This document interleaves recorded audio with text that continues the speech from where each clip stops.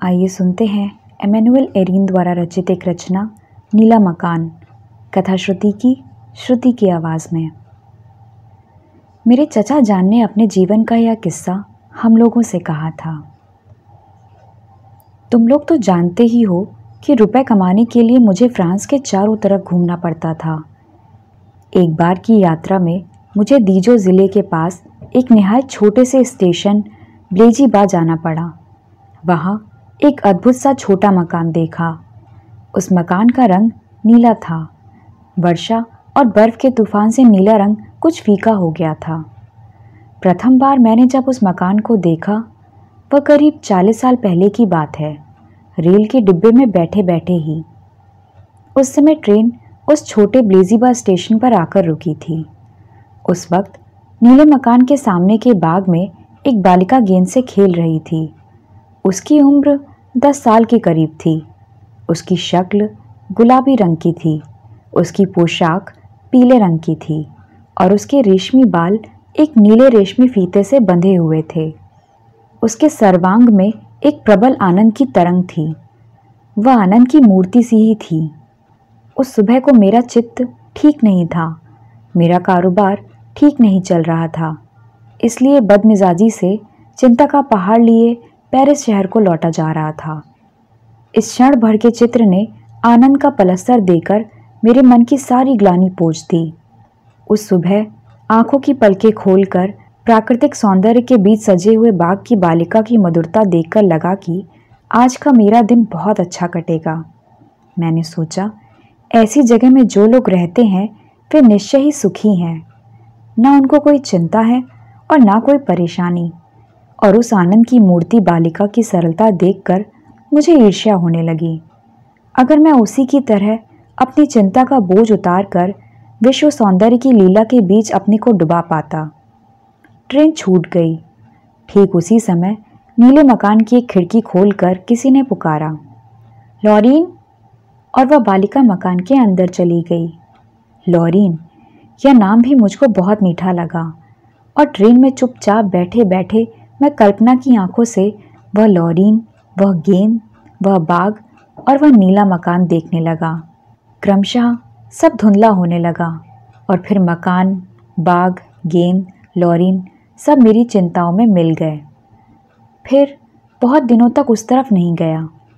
France के उत्तर से पूर्व कभी लील और कभी नैन्सी रुपए की परेशानी से चक्कर काटता फिर रहा था। दिमाग में और किसी दूसरी चिंता का अवसर तक नहीं था। करीब 10 साल के पश्चात एक दिन शुभ मार्सेई के लिए यात्रा की। वहाँ का काम खत्म करके लौटते समय मेरी पुरानी स्मृति जागृत हो उठी। मैं संध्या की ट्रेन पर बैठा, जिससे ब्लेजीबा स्टेशन पर ट्रेन सुबह के समय पहुँची। वही नीला मकान, बिल्कुल वैसा ही, बल्कि लगा कि रंग ज़रा फीका हो गया है और मानो मकान की ओर किसी का ध्यान नहीं है। पर उस बाग में एक नव युवती बैठी हुई थी, बड़ी सुंदर। उसके बाल उसके चित्त की तरह ही गुलाबी फीते से बंधे हुए थे। यही तो वह लॉरीन है जिसे मैं जानता हूँ। उसके बगल में एक नवयुवक बैठा हुआ था। सारे चित्र की एकाग्रता से वह लॉरीन को देख रहा था। लॉरीन को खुश करने के लिए वह मानो क्षण क्षण में अपने को न्यौछावर कर रहा था और उन दोनों को घेर कर वही सरल हंसी और चित्त की शांति उसी तरह विराजमान थी। उनके उन तरुण हृदय के मिलन दृश्य को देखकर मेरा चित्त आनंद से भर उठा। जब ट्रेन खुलने की संकेत घंटी बज उठी, मैंने झट खिड़की से मुंह बाहर निकालकर हाथ और सिर हिलाकर अभिवादन करके चिल्लाकर कहा, नमस्ते, नमस्ते कुमारी लॉरीन, गुड बाय। नवयुवती ने विस्मयचकित होकर मेरी ओर अपनी बड़ी बड़ी आंखें फैलाकर देखा, साथ साथ उस युवक ने भी। फिर वे दोनों हंसते हंसते मानो एक दूसरे पर गिरने लगे। उन दोनों ने भी नमस्ते करके अपने रुमाल हिलाकर अभिवादन किया। मैंने ट्रेन की खिड़की से मुंह निकालकर झुक झुक कर सब देखा। मेरा हृदय आनंद से पूर्ण हो गया। फिर अनेक वर्ष बीत गए। मार्सेई लाइन पर कई बार आना जाना तो हुआ, पर काम की जल्दी में ऐसी ट्रेनों में आना जाना हुआ जो गहरी रात्रि में ब्लेजीबा स्टेशन पर ना रुककर चली जाती। एक बार संध्या की ट्रेन से जाने की सुविधा हुई, वही ट्रेन जो सुबह के समय ब्लेजीबार स्टेशन पर पहुंचती थी। अब से कितने वर्ष पहले लॉरिन को अपने प्रेमी के बगल में देखा था। 12 साल या शायद 15 साल, मुझे ठीक ठीक याद नहीं। इस बार जब ट्रेन उस छोटे से स्टेशन पर जाकर खड़ी हुई तो देखा कि उस नीले मकान के बाग में केवल एक बालक घास पर लेटा हुआ एक विशाल कुत्ते को पकड़कर खींचातानी करके खेल रहा है। तब क्या एक बार के लिए भी मैं लॉरिन को नहीं देख पाऊंगा? मैं बहुत निराश हो रहा था। सहसा बालक चिल्लाने लगा, अम्मा अम्मा, रेलगाड़ी आई है, रेलगाड़ी। तब एक अधेड़ महिला मकान के भीतर से निकल आई। यह वही है, अवश्य वही है। जरा मोटी, जरा काली, पर फिर भी मैंने उसे देखते ही पहचान लिया। उसे देखते ही मैंने आनंद से विह्वल होकर सम्मान के साथ टोपी उठाकर अभिवादन किया। उसने भी मेरा अभिवादन लौटाया, पर कुछ विस्मय के साथ। वह सदा एक सी ही रही है, वैसी ही सुंदर, वैसी ही सरल।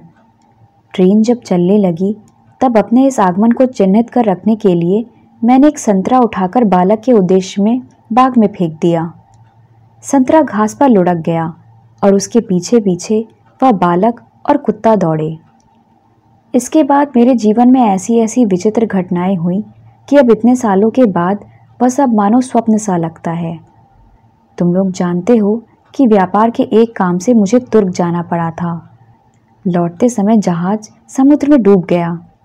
तब उस मुसीबत में ब्लेजीबार स्टेशन के किनारे उस नीले मकान का स्मरण हुआ था या नहीं, तुम लोग सोच रहे हो। हाँ, स्मरण हुआ था। जहाज के डूबने के बाद जब मृत्यु और मुझ में केवल एक तख्ते का व्यवधान था, तब ठीक उस पहले दिन की तरह ही सब चिंताएं मेरे चित्त पर घूम रही थीं। मैं तब अपने को धिक्कार कर कह रहा था, हाय अभागे जॉन, दुनिया भर की सैर करते रहने का मज़ा तो चल लिया ना। अगर तुम थोड़े में संतोष कर लेना जानते तो तुम भी अपनी अपरिचित मित्र लॉरिन की ही तरह शांति में रह पाते। कदाचित धूप से गर्म उस नीले मकान में ही जगह पा जाते। अब वह सब सुख की संभावना तो तुमने रखी नहीं। भाग्य से मैं उस बार बच गया। वह मानो एक दैवी घटना थी। जब जीवन से निराश होकर मृत्यु की प्रतीक्षा कर रहा था, तब एक डच जहाज ने 2 दिनों के बाद मुझे समुद्र से उठा लिया। 15 या 20 दिन के बाद, ठीक स्मरण नहीं, मैं फ्रांस लौट आया। स्वदेश लौटकर ही मैं मार्सेई से पेरिस शहर की ट्रेन पर सवार हुआ। यही मेरी अंतिम यात्रा थी। इस बुढ़ापे में इतनी मुसीबतों के बाद और भ्रमण की मुझे चाह नहीं थी। सुबह के समय ट्रेन उस ब्लेजीबार स्टेशन पर जा पहुंची। मेरा हृदय मानो आनंद के आवेग से फट जाने की तरह हो उठा। हृदय मानो पसली की हड्डियां तोड़ मोड़कर एक बार लॉरिन को देखने के लिए निकल भागना चाहता था। अभी ट्रेन रुकेगी और फिर चल देगी। केवल एक क्षण भर का मौका है, शायद उससे अंतिम साक्षात नहीं होगा। डिब्बे से मुंह बढ़ाकर दूर से ही देख पाया। स्टेशन से लगा हुआ वह नीला मकान धूप से जगमग उसी तरह खड़ा है। सहसा धूप से उज्जवल नीले मकान को देखकर मुझे समुद्र में जहाज का डूबना और अपने जीवन और मृत्यु के संग्राम का स्मरण आया। वह आज भी इस मकान में है, कदाचित वैसी ही शांत तथा उदासीन। मेरे जहाज के डूबने की खबर भी वह ना जानती होगी। ट्रेन ठीक उसी मकान के सामने जाकर खड़ी हुई। मैंने देखा मकान के पूरब के तरफ के बरामदे में एक बूढ़ी रमणी बैठी है।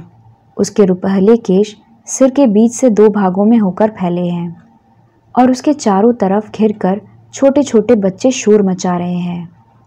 यही लॉरिन है। उसे और कोई पहचान नहीं सकता, पर मैं उसे पहचानता हूँ। एक क्षण के लिए भी मुझे कोई दुविधा नहीं हुई। उसे बालिका का गेंद से खेलना, फिर यौवन का वह लीला चंचल साक्षात, फिर पत्नी और माता की मूर्ति में, और आज वह दादी है। वह पोता पोती, नाती नातिन से घिरी हुई है। प्रत्येक बार भिन्न मूर्तियाँ उसी एक अभिन्न की। इस बार की नज़दीकी मेरे चित्त को वेदना से भरने लगी। मैं और कभी इस रास्ते में नहीं आऊँगा। वह मेरा इस जन्म का अंतिम साक्षात था। मुझे बड़ी चाह होने लगी कि एक बार मैं कुछ समय के लिए बातें करके अपनी 40 साल की पुरानी इस अपरिचित मित्र लॉरीन से अंतिम विदा लेकर जाऊं। देव ने मेरी सहायता की।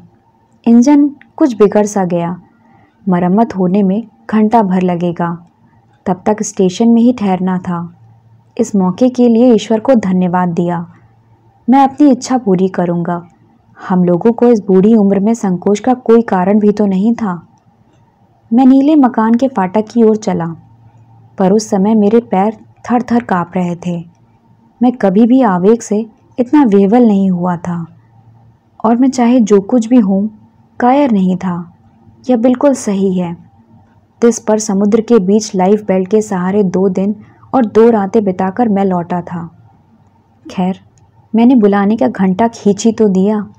एक नौकर ने आकर दरवाज़ा खोल दिया। मैंने उससे कहा, उस बरामदे में जो बूढ़ी मालकिन बैठी हैं, मैं उनसे बात करना चाहता हूँ।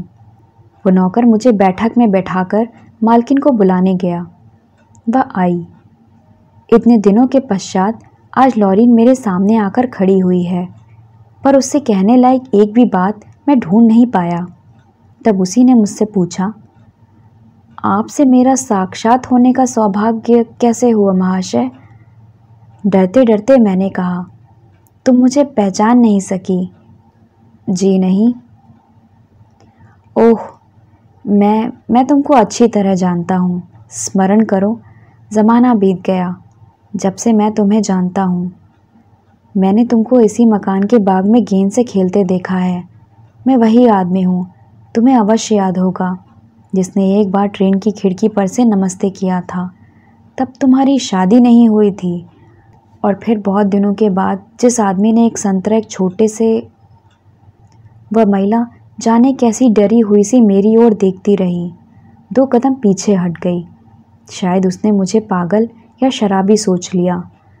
पर फिर मेरे बूढ़े व्यय की शांत मूर्ति देखकर साहस पाकर बहुत कोमल स्वर से बोली, आपकी भूल है महाशय, हम लोग सिर्फ 1 साल से इस नीले मकान में हैं।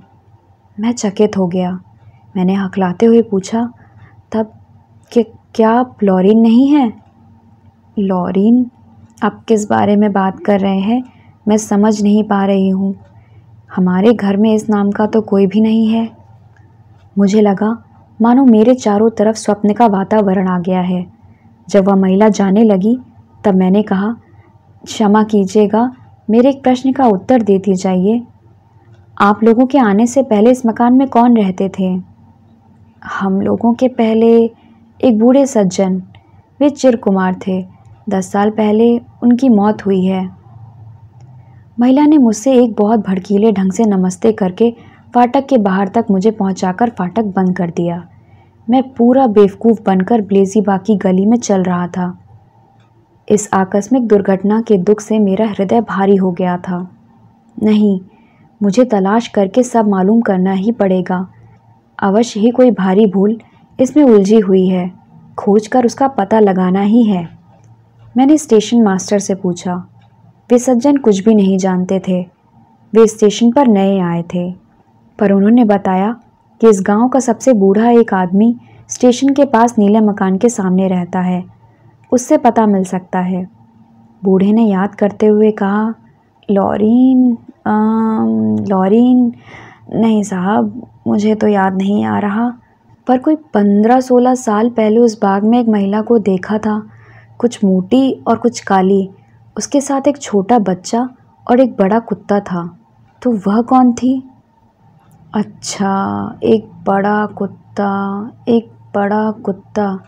वह तो दरोगा की औरत श्रीमती जिला में थी। उसका नाम तो लॉरीन नहीं। मैं अच्छी तरह जानता हूँ, मैं तो उनके ही मकान में रहता था। दरोगा का नाम फ्रांसिस था। मैं तो पूरे जाहिल की तरह ही हो गया। अच्छा जनाब, ज़रा अच्छी तरह तो याद कीजिए। अच्छा, इसके पहले करीब 12 साल पहले एक युवती, बहुत गोरी, काफ़ी लंबी, सिर के बाल गुलाबी फीते से बंधे रहते थे, और एक कुछ काला सा युवक, बहुत संभव है कि उस युवती से उसकी सगाई हुई थी। क्या इस नीले मकान में नहीं रहते थे?